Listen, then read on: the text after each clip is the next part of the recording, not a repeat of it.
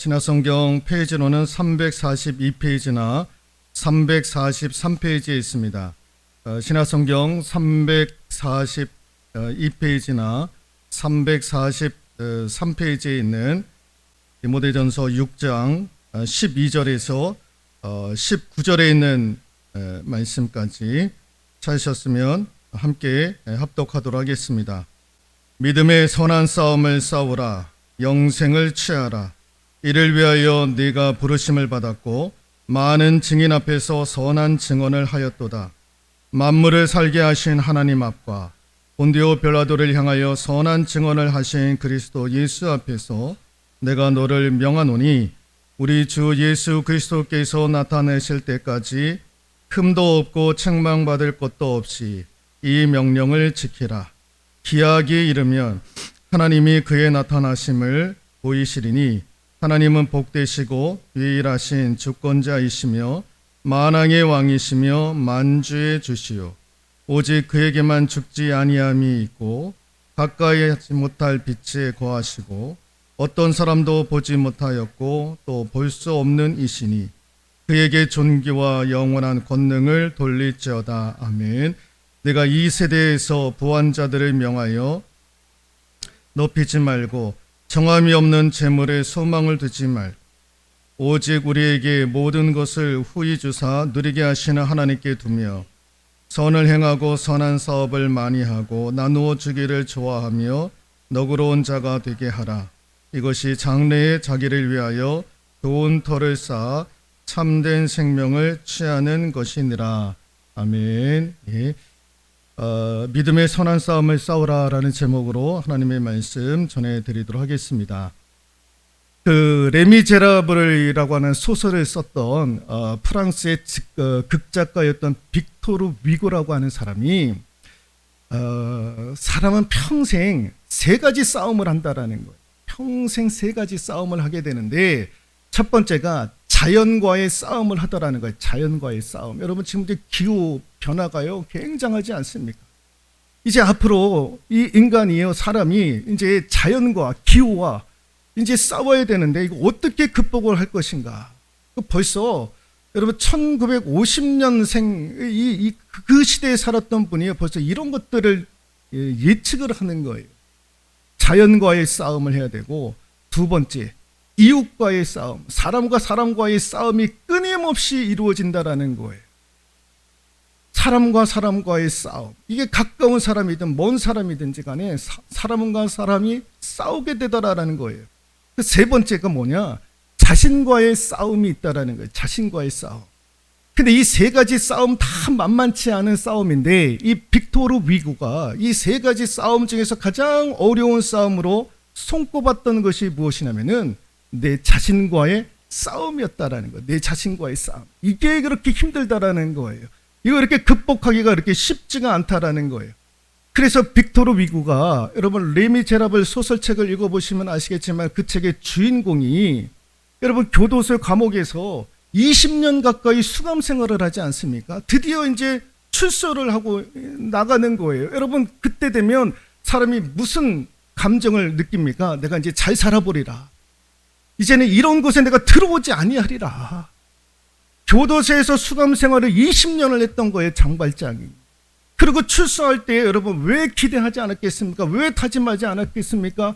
그런데 며칠 지나지 않아가지고 그에게 환대를 베풀어 줬던 신부의 집에서 은 촛대를 훔쳐서 도망가잖아요. 불과 며칠 만에 그런 사건이 이루어지는 거예요.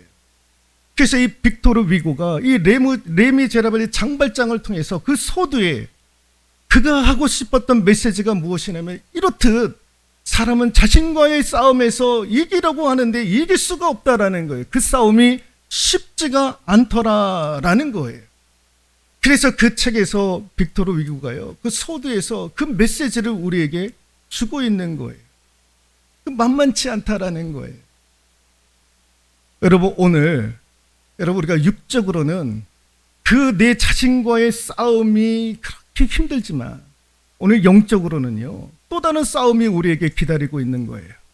오늘 사도 바울이 디모데에게 이제 곧 에베소 교회에 부임하게 되는 이 디모데를 향해서 이제 교회를 어떻게 운영을 해야 될 것이며 리더들은 어떻게 교육을 시키실 거며 또 리더들에게 어떤 말씀을 줘야 되는지 교회를 위해서 어떤 내용들 어떤 메시지가 필요한지에 대해서 끊임없이 얘기를 하고 있는데 그러면서 이제 오늘 이 사도 바울이 이 에베소 교회 성도들과 이제 곧 부임하게 될 디모데 목사님에게 주시는 메시지가 무엇이냐면은 성도 한 사람 한 사람이 하나님 앞에 어떠한 자세로 서 있어야 되느냐. 그와 관련된 말씀을 오늘 우리 주고 있는데 우리가 1절부터 읽지는 않았고 11절에 있는 말씀부터 읽었는데 이 부분이 중요해서 11절 말씀부터 읽었는데요. 믿음의 선한 싸움을 싸우라는 거예요. 믿음의 선한 싸움을 싸우라. 성도들은 싸워야 되는 거예요. 싸워야 되는 거. 자신과의 싸움에서도 싸워야 되지만은 믿음의 선한 싸움을 싸우라라고 사도 바울이 그렇게 말씀을 하고 있죠. 선한 싸움을 싸우라는 거예요. 믿음의 선한 싸움을 싸우라. 이게 무슨 말씀인가? 같이 한번 읽어볼까요? 믿음을 지키기 위한 싸움이 있다라는 거예요. 믿음을 지키기 위한 싸움, 내 신앙과 내 믿음을 지키기 위한 싸움을 해야 된다라는 거예요. 그게 믿음의 선한 싸움을 싸우라라고 사도 바울이 말씀을 하고 있는 거죠. 근데 여러분 이거 믿음을 지키기 위한 싸움은요, 여러분 이게 보이는 싸움이 아니라 보이지 않는 싸움인 거예요. 이렇게 보이는 싸움이면은요, 내가 어디에다 가격을 할까, 어디에다가 목표를 삼을까 하면 되는데 이게 보이지 않는 거예요. 우리 눈에 보이지 않는 싸움, 그게 영적인 싸움, 믿음을 지키기 위한 싸움인 거죠. 이 보이지 않는 싸움이 믿음을 지키기 위한 싸움인데 그 믿음을 지키기 위한 싸움, 보이지 않는 싸움, 누구와의 싸움이냐? 사탄과의 싸움이다라는 거예요. 믿음을 지키기 위해서 우리는 싸워야 되는데 그 대상이 있다라는 거예요. 사탄과의 싸움이라는 거예요. 그래서 여러분 보이지 않는 사탄이 우리를 향해서 늘 항상 싸움을 걸어오는 거예요. 싸움을. 여러분 싸움도 여러분 그냥 싸우는 게 아니에요. 누군가가 싸움을 걸어야 그 싸움이 되는 것 아니겠습니까? 근데 우리는 보이지 않는 사탄에게 싸움을 걸 수가 없어요. 그런데 마귀는요, 우리에게 끊임없이 싸움을 걸어오는 거예요. 싸움을 걸어오는 거예요. 그 믿음을 지키기 위해서 우리는 바로 쓰려고 하는데 보이지 않는 마귀 사탄이 우리를 향해서 싸움을 걸어오는 거예요. 믿음을 지키지 못하도록 싸움을 걸어오는 거죠. 여러분 오늘 우리가 읽지는 않았는데 3절 말씀을 읽어보면 두 가지로 사탄 마귀는 우리를 향해서 싸움을 걸어온다라는 것을 알 수가 있는데 여러분 3절 우리가 읽지는 않았지만 3절 같이 한번 읽어볼까요?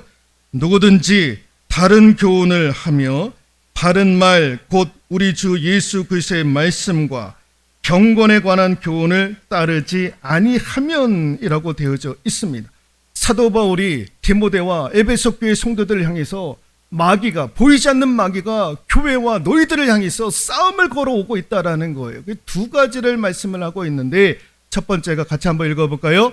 믿음을 지키기 위한 싸움은 영적인 싸움인데 첫 번째 같이 한번 읽어볼까요?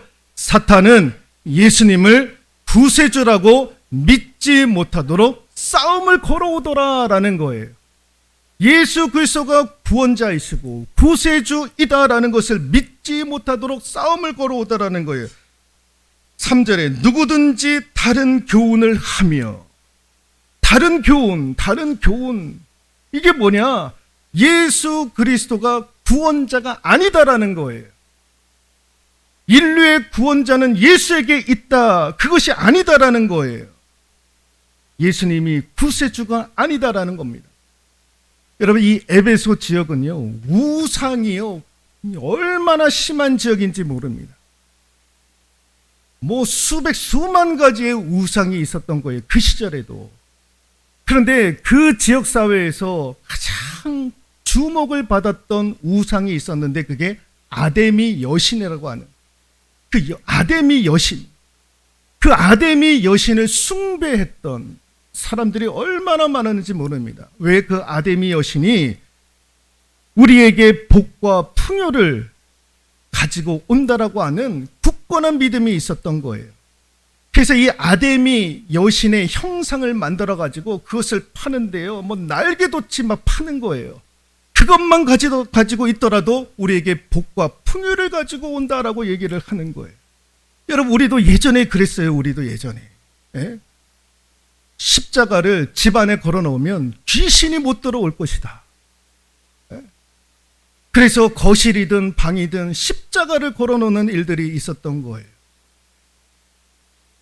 자동차에도요, 십자가를 걸어 놓지 않습니까? 안전 운행을 그 십자가가 지켜줄 것이다라고 얘기를 하는 거예요. 그렇게 우리가 믿고 그렇게 걸어 놓는 거예요. 여러분, 집안에 십자가를 걸어 놓으면 귀신이 들어옵니까? 안 들어옵니까? 너무 쉬운데 답변은 너무 어려운가요?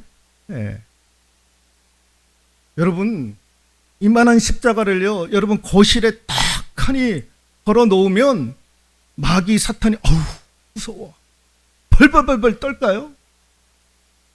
천만의 말씀이에요. 아니에요. 십자가를 몸에 지고 다니면 다 잘 될 것 같으면 다 몸에 지니고 다니죠. 십자가가 나를 지켜줄 것이고, 십자가가 나의 질병마저도 다 떠나갈 것이고, 질병도 오지 못하게 막아줄 것이고, 그렇습니까? 그렇지 않는 거예요. 그렇지 않는 거예요. 여러분, 그 당시에 에베소 지역에 아데미 여신을 숭배했던 사람들은 다 그 신이 복과 풍요를 준다라고 해가지고 그 형상만 집을 가지고 와도 복을 받을 것이다, 축복을 받을 것이다 라고 생각을 했던 거예요. 근데 그 아데미 여신은요, 사람이 만들어낸 우상이었던 거예요. 우상이었던 거예요. 그런데 사람들은 아데미 여신이 우리를 구원해 줄 것이고 우리에게 복과 풍요를 줄 것이다 라고 믿었던 거예요. 근데 그 시절에 그렇게 생각했던 그런 사람들이 오늘날에도 있더라라는 거예요. 21세기를 살아가는 이 시대 사람들에게도 그런 생각을 가지고 있는 분들이 있다라는 거예요. 예수가 인류를 구원하는 것이 아니라 돈이 인류를 구한다라는 거예요. 돈이 있어야 내가 살지, 돈이 있어야 나라도 사는 것 아니냐, 물질이 있어야 된다라는 거예요. 그래서 물질이 신화가 되는 거예요. 물질이 우상이 되는 거예요. 어떤 분들은 아니다라는 거예요. 그게 아니라 권세자가 나라를 구한다라는 거예요. 국가가 어려워도 특별한 한 사람만 나오면 그 사람 때문에 나라가 다시 한번 일어날 수 있을 것이다. 권세자를 믿고 따라야 된다. 그래서 거기에 줄을 서는 사람들이 얼마나 많이 있습니까? 여러분, 이 시대는요, 특별히 무엇보다도 과학이 인류의 모든 것들을 다 풀 수 있다라고 생각하는 그 믿음, 그 정서가요, 얼마나 지금 팽배하고 있는지 모릅니다. 인류의 모든 문제를 해결해 주는 것은 과학이다. 코로나19가 전 인류를 휩쓸렸는데 그것을 해결한 것이 과학 아니냐, 의학 아니냐, 인류를 구원하는 것은 과학이다라는 거예요. 그래서 여러분, 미국에는요, 사이언톨리지교라고 하는 톰 크루즈 영화배우 톰 크루즈가 신봉하는 종교, 과학이 인간의 정신을 확장시킬 뿐만 아니라 인류의 재반 문제들을 다 해결해 줄 것이다라는 거예요. 이게 누가 창시를 했느냐?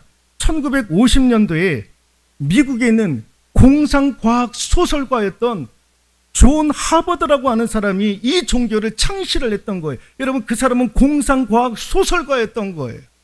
그래서 과학이면 다 될 것이라고 믿었던 사람이에요. 지금도 전 세계적으로 800만 명이 넘는 거의 1000만 명에 육박하는 신도들이 지금도 과학을 신봉하는 사람들이 얼마나 많은지 모릅니다. 과학이 인류를 구원한다라는 거예요. 여러분, 그렇지 않습니다. 그렇지 않습니다. 여러분, 죄와 사망과 죽음에서 건지시고 우리를 구원해 주실 분은 예수 그리스도 외에 없는 줄로 믿습니다. 여러분, 다른 것에 현혹되지 않기를 소망합니다. 눈에 보이는 것 가운데 우리의 모든 것들을 건져낼 만한 것들이 있다라고 소문만 들어도 여러분, 거기에 초점을 맞추지 않기를 소망합니다. 예수 그리스도 외에는 구원자가 없는 거예요. 예수 그리스도 외에는 구세주가 없는 거예요. 그런데 마귀 사탄은요, 싸움을 걸어오는 거예요. 그거 거짓말이라는 거예요. 예수는 인류의 구원자가 될 수 없다라는 거, 이런 싸움을 걸어오는 거예요. 그러니 이런 믿음을 지키는 것이 여러분 쉬운 일입니까? 어려운 일입니까? 어려운 거예요. 어려운 거. 두 번째 싸움을 걸어오는 거 있어요. 마귀 사탄이. 읽어볼까요? 사탄은 하나님의 말씀대로 살아가지 못하도록 싸움을 걸어오더라 라는 거예요. 3절 다시 이어서 보면 바른 말, 3절에 바른 말 곧 우리 주 예수 그리스도의 말씀과 경건에 관한 교훈을 따르지 아니하면 이라고 되어져 있지 않습니다. 하나님의 말씀대로 살아가지 못하도록 싸움을 걸어오는 거예요. 싸움을 걸어오는 거. 여러분 믿지 않는 분들 전도하다 보면은 그분들이 종종 하시는 말씀이 뭐냐면 교회 가면 제약거리들이 많다라는 거예요. 술도 못 마시게 하지. 담배도 못 피우게 하지. 하고 싶은 거 다 못하게 하지. 그러니까 예수 안 믿고 나는 내가 하고 싶은 건 내가 하면서 살겠다라는 거예요. 얼마나 좋은 이야기입니까?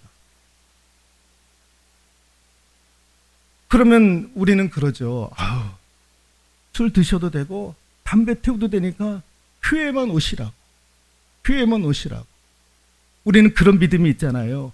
교회에 오고 말씀 들으면 자연적으로 술을 끊게 될 것이고 담배도 끊게 될 것이고 그런 믿음이 있잖아요. 근데 여러분 그게 쉽습니까? 술, 담배 끊는 것이 쉽습니까? 신앙생활 10년, 20년, 30년 하고 항전직자가 되어도 술 마시고 담배 태우시는 분들이에요. 여러분 목사들도 술, 담배 하는 분들이 얼마나 많은지 모릅니다. 그게 그렇게 쉽지가 않은 일이에요. 그런데 나는 예수 안 믿고 내가 하고 싶은 대로 편하게 살고 싶다라는 거예요. 살고 싶다라는 거. 사도 바울도요. 사도였지만 말씀을 전하는 주의 종이었지만은요. 항상 그 마음 가운데는요. 항상 이런 갈등이 있었어요. 같이 한번 읽어볼까요? 로마서 7장 22절에서 23절. 내 속사람으로는 하나님의 법을 즐거워하되 내 지체 속에서 한 다른 법이 내 마음의 법과 싸워 내 지체 속에 있는 죄의 법으로 나를 사로잡는 것을 보는도다. 내 마음 속에는요 두 가지가 요동을 치고 있는 거예요. 하나님은 하나님의 말씀을 즐거워하는 거, 또 하나는 죄의 법을 따르고자 하는, 편하게 살고자 하는 세상 욕정 가운데, 욕심 가운데 세상이 원하는 대로 살고 싶은 마음들이 항상 마음에 요동치고 있었던 거예요. 그런데 사도 바울은 선택을 하잖아요. 무슨 선택을 합니까? 하나님의 법을 즐거워하겠다. 그 하나님의 말씀대로 살겠다. 그래서 세상과 구별된 인생을 사도 바울이 사는 것 아니겠습니까? 마귀는요 항상 우리에게 말씀대로 살지 못하도록 싸움을 걸어오는 거예요. 말씀을 들어도 금방 잊어버리게 만들고요. 말씀을 들어도 머리로는 이해하는데 가슴까지 내려오지 못하도록 만드는 거예요. 왜? 말씀대로 지키지 않게끔 하기 위해서. 들으라는 거예요. 들으라는 거. 얼마든지 들을 수 있다라는 거예요. 듣기만 해. 근데 그걸 금방 잊어버리게 만들고 그걸 마음판에 새기지 못하도록 하는 거예요. 하나님의 말씀을 읽고 묵상하여도 다른 생각들 때문에 집중하지 못하도록 하고 그러는 거예요. 마귀가. 하나님의 말씀을 들어도 잊어버리게 만들고 그것을 마음에 두지 못하도록 만들고, 그러니까 항상 말씀이 새로운 거예요. 새로운 거. 이 말씀이 그 말씀인 것 같고 저 말씀이 이 말씀인 것 같고. 그러니까 마귀가요 하나님의 말씀대로 살아가지 못하도록 그 싸움을 걸어오는 거예요. 이게 지키는 것이 얼마나 어려운지. 그래서 오늘 사도 바울이 믿음의 선한 싸움을 싸워가지고 승리하려면, 우리의 믿음을 지키고자 한다면 무엇이 필요한 거에 대해서 오늘 17절은 이렇게 말씀을 하고 있는데, 17절에 있는 말씀 한번 읽어볼까요?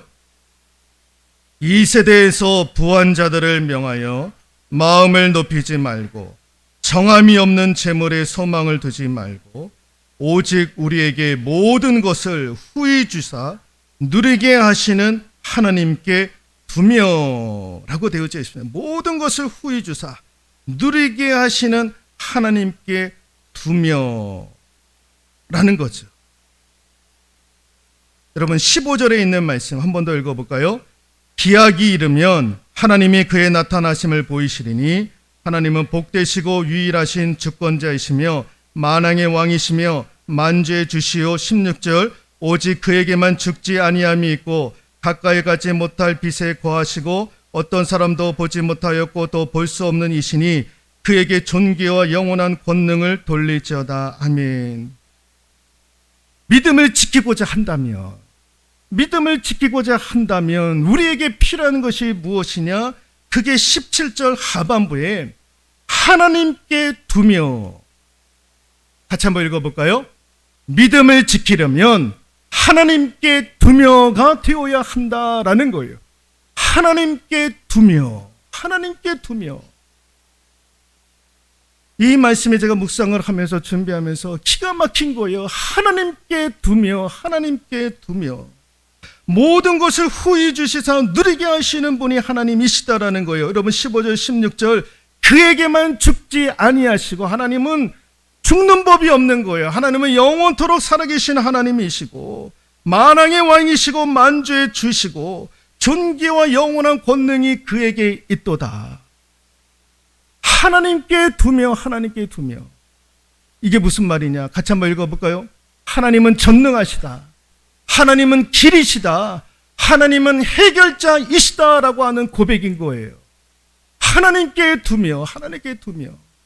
영원히 계시는 그 하나님, 우주 만물을 창조하신 하나님, 죽음이 없으시는 하나님, 만왕의 왕이신 하나님은 전능하시고 그 하나님은 길이 되시고 그 하나님은 모든 것을 해결하시는 하나님.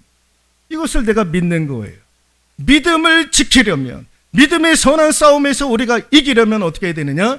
하나님께 두며. 한 번 더 우리 한번 고백해 볼까요? 하나님께 두며. 여러분 모세가요, 이것을 깨닫고 하나님이 자기를 애굽의 지도자로 부르신 줄로 믿고, 그 다음에 이 하나님께 두며, 하나님은 전능하시고 하나님은 길되시고 하나님은 모든 문제를 해결하신다라고 하는 그 확고한 믿음이 선 이후부터 모세는요 무슨 마음을 가졌느냐? 두려워하지 않는 거예요. 하나님께서 다 해결해 주실 것이다. 어떤 문제를 만난다 할지라도 전능하신 하나님께서 길을 내어주실 것이고 그 문제를 해결해 주실 것이다 라고 믿었던 거예요. 그래서 애굽을 출발해서 광야에 나가는 이스라엘 백성들을 향해서 제일 먼저 선포했던 것이 무엇이냐? 출애굽기 14장 13절에서 14절에 있는 말씀인데 읽어볼까요?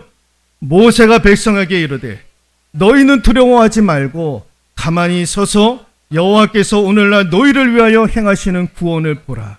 너희가 오늘 본 애굽 사람을 또다시는 영원히 보지 못하리니 여호와께서 너희를 위하여 싸우시리니 너희는 가만히 있을지어다. 두려워하지 말라라는 거예요. 하나님께서 너희를 위하여 싸우시리라라는 거예요. 하나님께서 길을 내어주실 뿐만 아니라 모든 문제를 해결해 주실 것이라고 모세가 믿었던 거예요. 이 믿음을 이스라엘 백성들이 갖기를 원했던 거예요. 우리를 위해서 싸우시리니 우리는 할 것 아무것도 없다라는 거예요. 그냥 가만히 있으면 된다라는 거예요.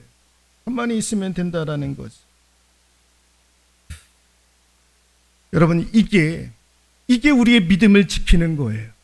이 믿음의 고백이 우리의 믿음을 지키는 줄로 믿습니다. 여러분 사사기를 읽어보면 기드온 사사가요 300용사를 데리고 미디안 군사 13만 5천 명을 쳐 죽이잖아요. 300명이 어떻게 13만 5천 명을 이길 수 있습니까? 근데 하나님께서 그에게 승리의 은혜를 허락해 주셨던 거예요. 여러분 여호사밧 왕 때 아수르 군대가 18만 5천 명이 쳐들어왔던 거예요. 그때 여호사밧 왕이 하나님 앞에 무릎을 꿇고 기도할 때에 하나님께서 은혜 주셔서 하룻밤새 18만 5천 명을 작사를 내버리지 않습니까? 하나님께서 이스라엘 백성들은 한 게 아무것도 없었던 거예요. 여러분, 하나님의 능력을 의지할 수 있기를 소망합니다. 하나님의 실력을 의지할 수 있기를 소망합니다. 믿음을 지키려면 하나님께 두며 그러면 여러분, 마귀가 싸움을 건다 올지라도 여러분 얼마든지 이길 수 있을 줄로 믿습니다. 어떤 싸움을 걸어온다 할지라도 내가 하나님께 두며라고 하는 신앙의 고백이 흔들리지만 않는다면 여러분, 마귀가 싸움을 걸어온다 할지라도 우리가 넘어지지 않을 줄로 믿습니다. 그렇게 믿음의 선한 싸움에서 승리할 수 있는 우리 모두가 될 수 있기를 주님의 이름으로 축원드리도록 하겠습니다.